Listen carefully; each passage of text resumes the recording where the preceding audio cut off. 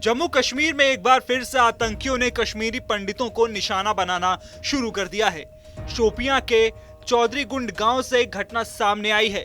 यहां कश्मीरी पंडित को गोली मार दी गई।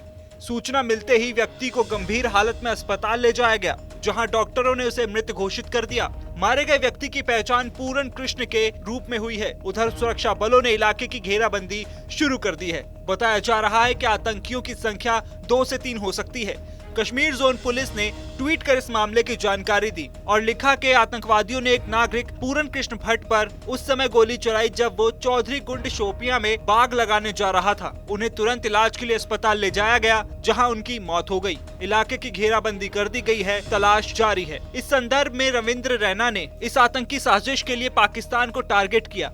रैना ने कहा कि पाकिस्तान ही आतंकवादियों का शरण स्थल है और सभी देशों को मिलकर पाकिस्तान के खिलाफ कार्रवाई करनी चाहिए, और कहा कि साथ साथ कश्मीरी पंडित की हत्या करने वाले आतंकियों को पनाह देने वालों पर सरकार की तरफ से सख्त कार्रवाई की जाएगी। संगरूर में पंजाब सरकार के विरोध में भारतीय किसान यूनियन उगराहा ने ललकार रैली निकाली। इस दौरान किसानों ने अपनी मांगे मनवाने के लिए पंजाब में अलग अलग जगहों से रैली निकाली।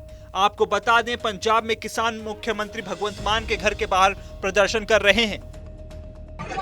लगातार 7 दिन से ये जो मजदूरों का, किसानों का संघर्ष चल रहा है, आज वो मुख्यमंत्री पंजाब भगवंत सिंह मान के निवास स्थान के बाहर एक ललकार रैली, जिस तरह इन्होंने पहले घोषणा की थी कल, आज ललकार दिवस और ललकार रैली के रूप में बदल गया है। आज जो किसानों के साथ मजदूर भी शामिल हो गए हैं। आप देख सकते हैं कि बड़ी संख्या में मजदूर, महिलाएं और किसान इकट्ठे मिलकर पंजाब सरकार के पास अपनी मांगों की पैरवाई करते हुए वो जो आवाज है वो पहुंचाने की कोशिश कर रहे हैं। केंद्रीय गृह मंत्री अमित शाह ने शनिवार को सिरमौर जिले से विधानसभा चुनाव का शंखनाद किया।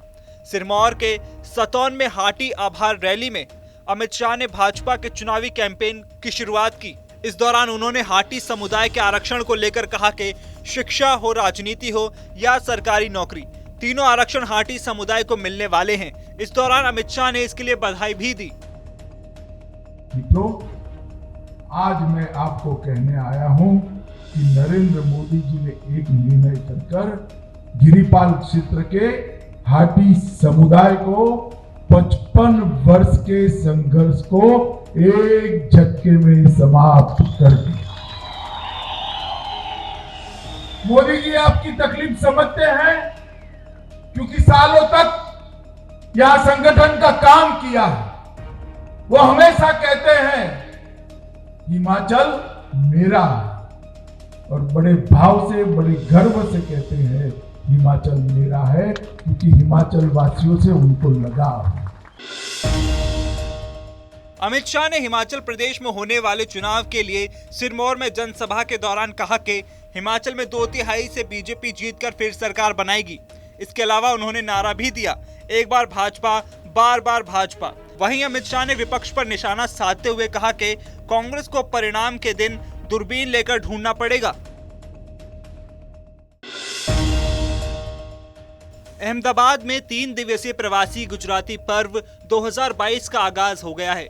गुजराती प्रवासी भारतीय सम्मेलन में पीएम मोदी का संदेश पढ़ा गया। कार्यक्रम में कई बड़ी हस्तियों ने शिरकत की। इस सम्मेलन में 20 से ज्यादा देशों और 18 राज्यों के करीब 2500 गुजराती शिरकत कर रहे हैं। बता दें, प्रवासी गुजराती पर्व 2022 15 से 17 अक्टूबर तक चलेगा। તેમણે આઈના માટે, TV9 નેટવર્ક માટે અને અહીંયા પધારેલા સૌ કોઈ માટે એક સુંદર મજાનો મેસેજ મોકલ્યો છે. આપને આ મેસેજ વાંચી સંભળાવીશ. પીએમ નરેન્દ્રભાઈ મોદીનો મેસેજ. ગુજરાત એક ખમીરબંધી ધરા, અનેક સાહસિકો આ ધરતીએ દેશ અને દુનિયાને આપ્યા. આજે કોઈ દેશ એવો નથી જ્યાં ગુજરાતીએ ડંકો ન વગાડ્યો. ક્ષેત્ર કોઈ પણ હોય, ગુજરાતી હંમેશા અવ્વલ હોય. જ્યાં જ્યાં વસે ગુજરાતી, ત્યાં ત્યાં સદાકાળ ગુજરાત. આ વાતને વિદેશની ધરતી પર સાર્થક કરી બતાવી છે અનેક ગુજરાતીઓએ. આવા સફળ ગુજરાતીઓને એક મંચ પર લાવવાનો ભગીરથ પ્રયાસ કર્યો છે આઈના અને TV9 નેટવર્કે. કાર્યક્રમમાં ઉપસ્થિત BAPSના બ્રહ્મવિહારી સ્વામી, દુબઈના પેટ્રોકિંગ કહેવાતા યોગેશ મહેતા, ઉદ્યોગપતિઓ આ તમામનું સ્વાગત અને આ કાર્યક્રમની શુભેચ્છા વ્યક્ત કરું છું. તો તાળીઓથી સ્વાગત કરીએ, વધાવી લઈએ પીએમ નરેન્દ્ર મોદીના આ સંદેશને, જેમણે હંમેશા આપણા પ્રવાસી ગુજરાતીઓની, ભારતીયોની દરકાર કરી છે. अहमदाबाद में शुरू हुए 3 दिवसीय प्रवासी गुजराती पर्व 2022 कार्यक्रम में केंद्रीय गृह मंत्री अमित शाह शामिल हुए. इस मौके पर अमित शाह ने कहा कि देश आजादी का अमृत महोत्सव मना रहा है. आजादी के शताब्दी वर्ष को अमृत काल की तरह मनाने का संकल्प लें. देश का नंबर 1 न्यूज नेटवर्क TV9 और association of Indian Americans in north America इस कार्यक्रम की मेजबानी कर रहे हैं. साथ ही अमित शाह ने कहा कि देश की समृद्धि में गुजरातियों का बहुत बड़ा योगदान है. उन्होंने TV9 को इस कार्यक्रम के जरिए गुजरातियों को सम्मानित करने के लिए धन्यवाद दिया.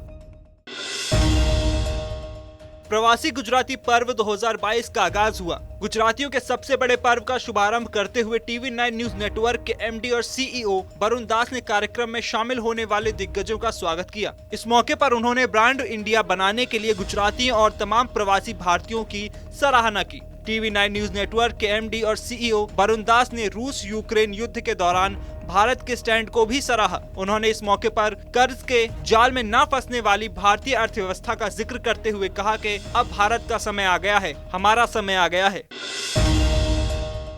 जम्मू कश्मीर में डिपार्टमेंटल स्टोर से बियर की बिक्री के सरकार के फैसले का व्यापक पैमाने पर विरोध शुरू हो गया है. फैसले के विरोध में जम्मू के साथ ही उधमपुर में प्रदर्शन हुए. PDP अध्यक्ष महबूबा मुफ्ती ने कहा कि जम्मू कश्मीर में शराब को क्यों बढ़ावा दिया जा रहा है. इससे खास तौर पर जम्मू कश्मीर में मुसलमानों की भावनाओं को ठेस पहुंचेगी. आने वाले समय पर हर दुकान पर शराब बिकने लगेगी. सरकार बुनियादी मुद्दों पर पूरी तरह से विफल हो चुकी है. हरियाणा के गुरुग्राम के बिलासपुर इंडस्ट्रियल एरिया में ऑटो पार्ट्स बनाने वाली एक कंपनी में आग लग गई. देखते ही देखते आग ने इतना भीषण रूप ले लिया कि दमकल विभाग की 24 गाड़ियों को आग बुझाने के लिए मशक्कत करनी पड़ी. बताया जा रहा है कि बिलासपुर इंडस्ट्रियल एरिया में ऑटो पार्ट्स बनाने की कंपनी में रात अचानक आग लगी. अनुमान जताया जा रहा है कि आग लगने की वजह से ऑटो पार्ट्स बनाने वाली कंपनी को करोड़ों रुपए का नुकसान हुआ है. जानकारी के मुताबिक ऑटो पार्ट्स बनाने वाली कंपनी में आग शॉर्ट सर्किट के कारण लगी. हालांकि अभी तक इसकी पुष्टि नहीं हुई है.